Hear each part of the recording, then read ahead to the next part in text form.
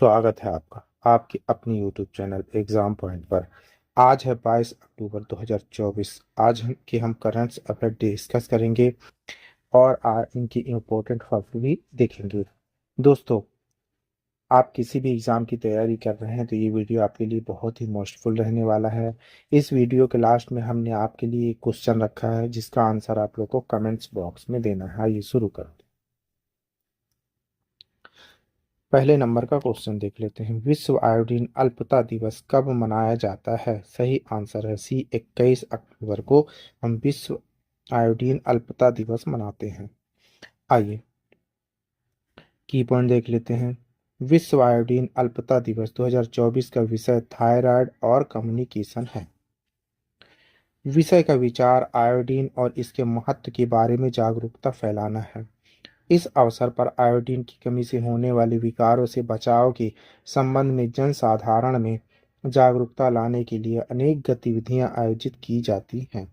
इस अवसर पर देश भर में स्वास्थ्य विभाग की ओर से आयोडीन अल्पता नियंत्रण सप्ताह 21 से 27 अक्टूबर तक मनाया जाएगा। आइए आगे बढ़ते हैं। क्वेश्चन नंबर 2 देख लेते हैं। किस योजना के अंतर्गत पीएम मोदी ने सहारनपुर, रीवा और अंबिकापुर हवाई अड्डों का उद्घाटन किया है? सही आंसर है ए, उड़े देश का आम नागरिक, UDAN। ऑप्शन है ए। आइए की पॉइंट देख लेते हैं। प्रधानमंत्री श्री नरेंद्र मोदी ने आज उत्तर प्रदेश के वाराणसी से क्षेत्रीय संपर्क योजना RCS उड़ान, उड़े देश का आम नागरिक के तहत विकसित 3 हवाई अड्डों का उद्घाटन किया। यू नए हवाई अड्डे मध्य प्रदेश के रीवा, छत्तीसगढ़ के अंबिकापुर और उत्तर प्रदेश के सहारनपुर में स्थित है। इन हवाई अड्डों से जल्द ही RCS उड़ान के तहत उड़ानें शुरू होंगी। RCS उड़ान को 21 अक्टूबर 2016 को भारत के राष्ट्रीय नागरिक उड्डयन नीति NCAP के तहत 10 साल की योजना के रूप में शुरू किया गया था। इसका उद्देश्य दूरस्थ और कम सेवा युक्त क्षेत्रों में बुनियादी ढांचे और कनेक्टिविटी को बढ़ाना या बढ़ावा देना है। आइए क्वेश्चन नंबर 3 देख लेते हैं। भारत ने श्रीलंका के बागान क्षेत्र में शिक्षा को बढ़ावा देने के लिए अनुदान को कितना दोगुना कर दिया है? सही आंसर है बी, $2 मिलियन। आइए की पॉइंट देख लेते हैं।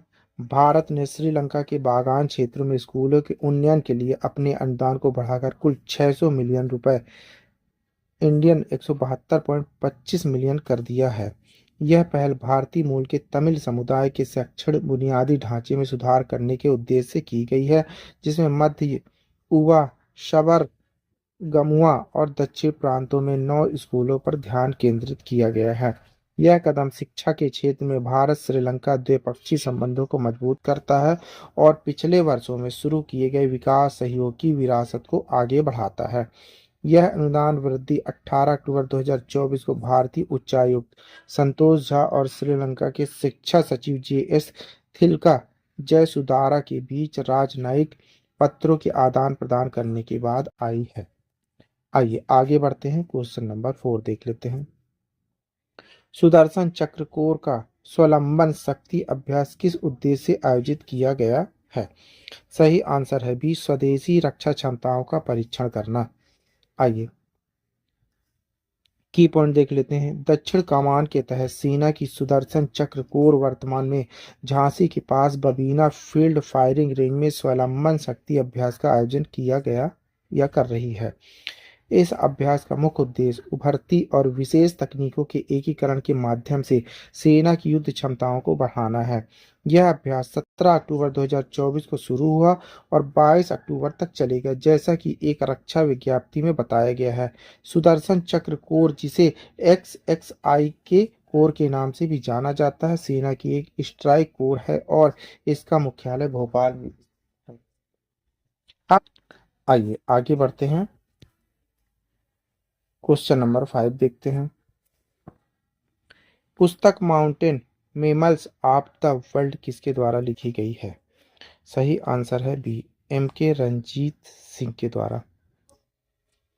आइए की पॉइंट देख लेते हैं। भारत के कुछ ही संरक्षणवादियों का प्रभाव इतना गहरा रहा कि जितना एम के रणनीतिक सिंह का, जिनकी पुस्तक mountain mammals of the world Penguin random house द्वारा प्रकाशित उनके जीवन भर के समर्पण का प्रमाण है। वाकानेर गुजरात के शाही परिवार से ताल्लुक रखने वाले रणजीत सिंह ने भारत की वन्य जीव संरक्षण नीतियों को आकार देने में महत्वपूर्ण भूमिका निभाई, और यह पुस्तक उनके दर्शकों के शोध, अन्वेषण और प्राकृतिक दुनिया के प्रति अटूट जुनून का नतीजा है। आइए आगे बढ़ते हैं, क्वेश्चन नंबर 6 देख लेते हैं। ISSF athlete of the year किसे चुना गया है? सही आंसर है ए, लियू यूकून यांग जी को। आइए की पॉइंट देख लेते हैं। लियू यूकून चीन पेरिस 2024 ओलंपिक के 50 मीटर राइफल तीन पोजीशन स्पर्धा के चैंपियन को ISSF द्वारा वर्ष का सर्वश्रेष्ठ एथलीट घोषित किया गया है। यंग जी इन कोरिया महिलाओं की 25 metre sport pistol Olympic champion को महिला एथलीट ऑफ द ईयर घोषित किया गया। ISSF अध्यक्ष लुसियानो रोसी, जिन्होंने लियू यूकून और यांग जी इन को एथलीट ऑफ द ईयर पुरस्कार प्रदान किया गया है। केंद्रीय खेल मंत्री मनसुख मांडविया, उन्होंने इस विश्व कप फाइनल का उद्घाटन किया और इसे उत्कृष्टता और एकता का उत्सव करार दिया है। आइए क्वेश्चन नंबर 7 देख लेते हैं। 23 साल बाद किस देश ने ICC महिला T20 विश्व कप जीता है? सही आंसर है डी, न्यूजीलैंड ने। की पॉइंट देख ले, न्यूजीलैंड महिला टीम ने 23 साल बाद ICC T20 विश्व कप जीता। दुबई इंटरनेशनल क्रिकेट स्टेडियम में खेले गए फाइनल मुकाबले में न्यूजीलैंड ने दक्षिण अफ्रीका को 32 रनों से हराया। दक्षिण अफ्रीका ने टॉस जीतकर पहले गेंदबाजी करने का फैसला किया। न्यूजीलैंड की टीम ने 20 ओवर में 5 विकेट खोकर 158 रन बनाए। न्यूजीलैंड के बल्लेबाजों ने शानदार प्रदर्शन करते हुए एक मजबूत स्कोर खड़ा किया। जवाब में दक्षिण अफ्रीका की टीम लक्ष्य का पीछा करते हुए संघर्ष करती नजर आई और 32 रनों से मैच हार गई। इस ऐतिहासिक जीत के साथ न्यूजीलैंड की महिला टीम ने 23 साल बाद T20 विश्व कप ट्रॉफी पर कब्जा जमाया, जो उनके लिए एक बहुत बड़ी उपलब्धि थी। आइए आगे बढ़ते हैं, क्वेश्चन नंबर 8 देख लेते हैं। चेन्नई मेट्रो रेल चरण 2 परियोजना के तहत किस प्रकार की ट्रेन का ट्रायल शुरू किया गया है? सही आंसर है सी, चालक रहित ट्रेन। आइए की पॉइंट देख लेते हैं। चेन्नई अपने सार्वजनिक परिवहन प्रणाली में एक महत्वपूर्ण प्रगति की ओर बढ़ रहा है, क्योंकि चेन्नई मेट्रो रेल के फेज 2 प्रोजेक्ट के लिए 3 कोच वाली पहली ड्राइवरलेस ट्रेन का ट्रायल शुरू होने वाला है। यह महत्वाकांक्षी पहल, जो शहरी बुनियादी ढांचे में 63,246 करोड़ रुपए के निवेश का हिस्सा है, शहर की मेट्रो सेवाओं के आधुनिकीकरण और समग्र कनेक्टिविटी में सुधार की दिशा में एक महत्वपूर्ण कदम है। पहला ट्रायल रन 26 अक्टूबर को होने की उम्मीद है, जिसमें मुख्यमंत्री M.K. स्टालिन और केंद्रीय आवास और शहरी मामलों के मंत्री मनोहर लाल खट्टर जैसे उच्च प्रोफाइल गणमान्य व्यक्ति इस कार्यक्रम को झंडी दिखाने के लिए आमंत्रित किए गए हैं। आइए आगे बढ़ते हैं, क्वेश्चन नंबर 9 देख लेते हैं। इंडोनेशिया के नव नियुक्त राष्ट्रपति सुबियांतो ने अब तक के सबसे बड़े मंत्रिमंडल की घोषणा की है। कब? 2024 में। आइए की पॉइंट देख लेते हैं। नवनिर्वाचित राष्ट्रपति प्रोबोवो सुप्रियानो ने इंडोनेशिया के इतिहास में सबसे बड़े मंत्रिमंडल का अनावरण किया, जिसमें 109 सदस्य शामिल हैं। इस कैबिनेट का नाम रेड एंड व्हाइट कैबिनेट रखा गया है, जो इंडोनेशिया के ध्वज का प्रतीक है। यह कैबिनेट सुब्रियांतो की मजबूत और एकजुट सरकार की दृष्टि को दर्शाती है। रविवार को शपथ लेने वाले सुब्रियांतो ने देश की बहुसांस्कृतिक ताने बाने और विभिन्न राजनयिक हितों को एक साथ लाने की बात कही है। हालांकि विश्लेषकों ने इस विस्तारित कैबिनेट के कारण नौकरशाही पर अत्यधिक बोझ बढ़ाने की संभावना पर भी चिंता व्यक्त की है। आइए आगे बढ़ते हैं, क्वेश्चन नंबर 10 देख लेते हैं। भारतीय नौसेना और ओमान की रॉयल नौसेना के बीच होने वाले समुद्री अभ्यास का नाम क्या है? सही आंसर है बी, नसीम अल बहर। आइए की पॉइंट देख लेते हैं। भारत और ओमान के बीच द्विपक्षीय नौसैनिक अभ्यास नसीम अल बहार 13 से 18 अक्टूबर 2024 तक गोवा के तट पर आयोजित किया गया।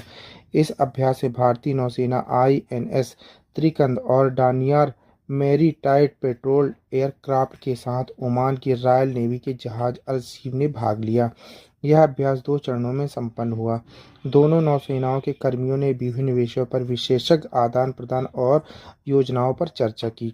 खेल और सामाजिक गतिविधियों का आयोजन किया गया ताकि दोनों नौसेनाओं के बीच मित्रता और सहयोग को बढ़ावा दिया जा सके। आइए आगे बढ़ते हैं, क्वेश्चन नंबर 11 देख लेते हैं। भारतीय सेना स्वावलंबन शक्ति अभ्यास कहाँ आयोजित कर रही है? सही आंसर है बी, थार रेगिस्तान में। कहाँ है? राजस्थान में। आइए की पॉइंट देख लेते हैं। इस अभ्यास का उद्देश्य सैन्य अभियानों में अत्याधुनिक और उभरती प्रौद्योगिकियों को एकीकृत करके युद्ध क्षमताओं को बढ़ाना है। XXI कॉमर्स, जिसे सुदर्शन चक्र काम के रूप में भी जाना जाता है, भोपाल में मुख्यालय वाली एक स्ट्राइक परफॉर्मेंस फॉर्मेशन है। लेफ्टिनेंट जनरल प्रीतपाल सिंह सुदर्शन चक्र कॉम्स के जनरल ऑफिसर कमांडिंग ने इस अभ्यास का उद्घाटन किया है। आइए क्वेश्चन नंबर 12 देख लेते हैं। वेदांता किस राज्य में 1 लाख करोड़ रुपए से अधिक का निवेश करने की योजना बना रही है? सही आंसर है बी, राजस्थान। आइए की पॉइंट देख लेते हैं। निवेश का एक महत्वपूर्ण हिस्सा 30,000 करोड़ रुपए हिंदुस्तान जी की वार्षिक उत्पादन क्षमता को बढ़ाने के लिए आवंटित किया गया है। 2 मिलियन टन जस्ता, 2,000 टन चांदी। हिंदुस्तान जिंक, जो वेदांता के बहुमत स्वामित्व में है, भारत का सबसे बड़ा जस्ता और चांदी उत्पादक है। आइए क्वेश्चन नंबर 13 देख लेते हैं। कर्मचारी चयन आयोग एसएससी के नए अध्यक्ष के रूप में किसे नियुक्त किया गया है? सही आंसर है ए, एस गोपाल कृष्णन। ऑप्शन है ए। की पॉइंट देख लेते हैं। गोपाल कृष्ण 31 अक्टूबर 2024 को वर्तमान अध्यक्ष राकेश रंजन के स्वैच्छिक सेवानिवृत्ति के बाद पदभार ग्रहण करेंगे। राकेश रंजन ने 29 मई 2024 को पदभार ग्रहण किया और मूल रूप से अगस्त 2026 में सेवानिवृत्त होने वाले थे। कार्मिक और प्रशिक्षण विभाग डीओपीटी ने सचिव रैंक पर इस प्रमुख नियुक्तियों के लिए आदेश जारी किया। अन्य नियुक्तियों में सड़क परिवहन राजमार्ग मंत्रालय में सचिव के रूप में भी उमाशंकर 1993 बैच शामिल है। आइए क्वेश्चन नंबर 14 देख लेते हैं। भारतीय वाणिज्य एवं उद्योग मंडल आईसीसी के अध्यक्ष के रूप में किसे नियुक्त किया गया है? सही आंसर है ए, अभ्युदय जिंदल। ऑप्शन है ए। आइए की पॉइंट देख लेते हैं।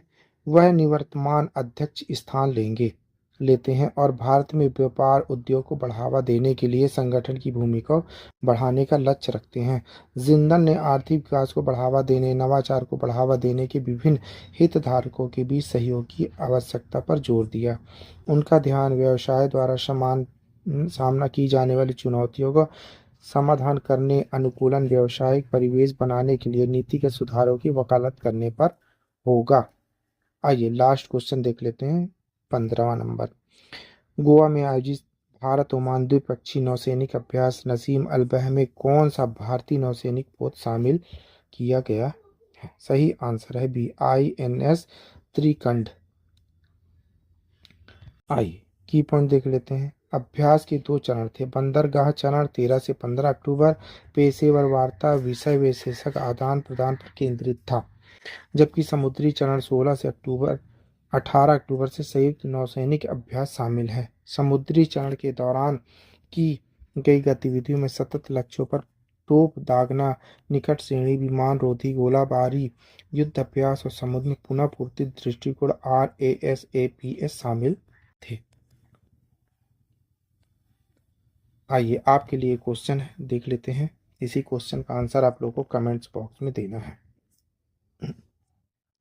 रविश्रु की आर्थिक स्वतंत्रता 2024 वार्षिक रिपोर्ट में भारत का स्थान क्या है? ऑप्शन है ए 80 नंबर, ऑप्शन है बी 84 नंबर, ऑप्शन है सी 87 नंबर, ऑप्शन है डी 90 नंबर। दोस्तों इसी क्वेश्चन का आंसर आप लोगों को कमेंट्स बॉक्स में देना है। आप पढ़ रहे हैं 22 अक्टूबर 2024 का करंट्स अफेयर। दोस्तों आप किसी भी एग्जाम की तैयारी कर रहे हैं तो ये वीडियो आपके लिए बहुत ही मोस्टफुल रहने वाला है। दोस्तों आप इस वीडियो की पीडीएफ भी डाउनलोड कर सकते हैं। पीडीएफ डाउनलोड करने के लिए आप हमारे टेलीग्राम चैनल एग्जाम पॉइंट पर जाकर वहां से पीडीएफ डाउनलोड कर सकते हैं। Thank you for watching my video. इस वीडियो को ज़्यादा से ज़्यादा शेयर करें, लाइक करें, कमेंट करें। Thank you.